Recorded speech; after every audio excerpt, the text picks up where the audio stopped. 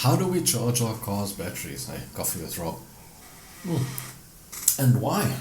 Why do we charge a car's battery? I mean, what's the point, right? So, if you haven't watched this channel before, it's Robgillt, Capetownspares. It's all about cars and parts. Let's get to it, guys. Let's talk about charging a car battery.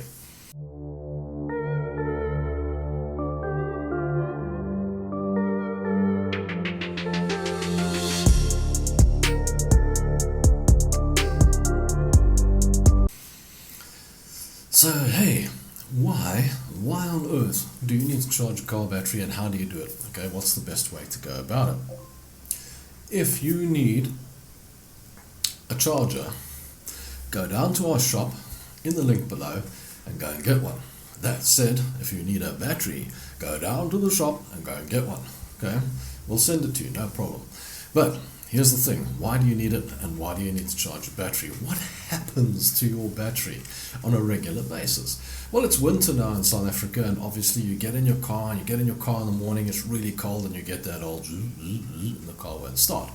And your first reaction is, oh my goodness, I gotta go and buy a new battery. Well, not really. Not 9 times out of 10. Especially if your car's been standing and it's a little bit cold. What actually happens, if the battery runs down below 10.6 volts, then you're going to start causing damage to the cells, and you really don't want that. You don't want that scenario. So you've got to try and keep the battery charged as much as possible. And when you're driving your car every day to work and back and moving it around and whatnot, that charge tends to stay up, and it tends to stay up well above the 12 volts, and the battery is well maintained. The minute it stands for a little bit too long, that starts to weaken, because what happens is the acid in the cells starts to become plain water, and it doesn't hold the charge. It doesn't hold the charge in the lead cells. So that said, if a battery's old and the cold cranking has been done a lot and what have you, it will start to warp the cells, and if the cell's short, you end up with dead cells and all kinds of other strange things that happen to batteries, and batteries die. But if your battery is simply going flat, the cold affects it, especially if there's not enough acid in the cells, then you're going to get up in the car in the morning and it's going to give you a slow start, and a slow start is probably one of the most annoying things in the world. So a good idea is to keep your battery charged. So for home use, I mean, workshops and that sort of thing have got these big industrial chargers where they can charge 6, 7 batteries, 12 batteries at a time. But you don't need that. You just need a small trickle charger, which you 6 amp hour, 4 amp hour, take your battery out the car, remove the caps at the top where the acid is, make sure there's enough water so much above the cell on each one, okay, and then just put the trickle charger on for 24 hours to 48 hours. It normally takes about 48 hours, because what you're really looking for is you're looking to charge that water up inside the system into acid, and you're looking for the battery to hold that 12.5 volts. Now that said, you might put your battery on charge right now and check it in 5 minutes time and say, oh, it's got 12.5 volts. It will have, because you're charging it, right? Take the charger off, it's going to lose all that voltage, and you'll think, why is that happening? Well, there's amps involved in batteries as well. You get 40 amp hour, 60 amp hour, 70 amp hour batteries, okay? And that goes with the alternator that's charging it.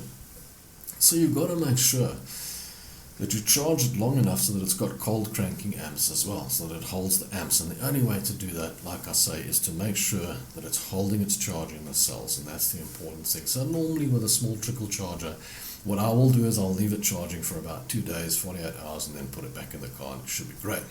Okay, now you put it back in the car. The big thing to check here, go and check if it's charging, because you've got an alternator with a regulator that charges the battery, and then you should have somewhere around 13.5 to 13.8 volts coming through when the car is running. Okay, if it's got 14.5, 15 volts, worry, because it might be overcharging and you might have an explosion from the battery at some stage.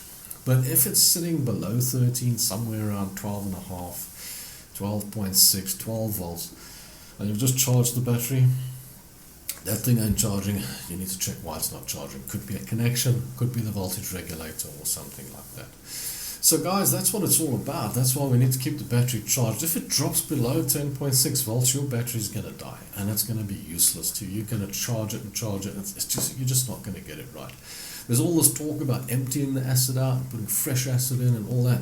Really no need, guys. You just need to charge it properly. So like I said, if you need a charger, go down to the shop and get one. And that said, if you need a battery, go down there and get one. And if you need a voltage regulator or an alternator, go down to the shop. It's all there. Okay, it's all in the shop. And it's free delivery nationwide. Over 750 Rand. We'll deliver to you anywhere to your door.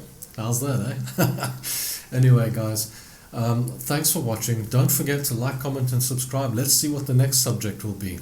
Until next time, guys, it's Robgillt signing off. Cheers.